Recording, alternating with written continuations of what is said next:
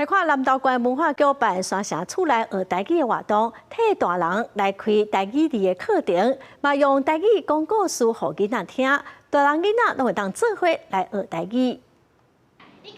伊個人放佇咧伊個巴肚頭前的舉手。台語老師摕繪本來講故事，互囡仔對上簡單的字豆豆學台語。家長嘛認為講故事對囡仔來講是上輕鬆、上自然學台語的方式。我感覺這是一個文化，嘿，從以早到今嘛誒一種語言吶，所以我感覺講囡仔嘛愛學。啊，做咧甲因講話，其實因攏聽無，無法度開講誒，所以想講愛有機會愛參因加講台語，愛互這個語言繼續留落去。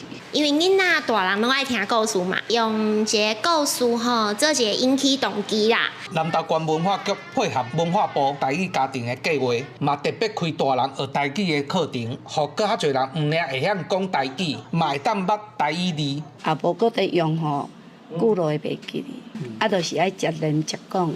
倒一個較困難，寫迄個字根本都看無。大人的話吼，因為已經年紀有啊嘛，阮也經過一寡訓練過，所以咱可能會當較深入讀寫這個部分吼，互伊會當較流利、較伶俐的。南投文化部表示，這個計劃山城厝內講台語，有儕課程內容真多元，毋管你的台語的程度安怎，攏有相對應的課程會當來學習，而且攏免錢，鼓勵更較儕人來參加。學母語、講母語、傳承母語。記者安修南投報道。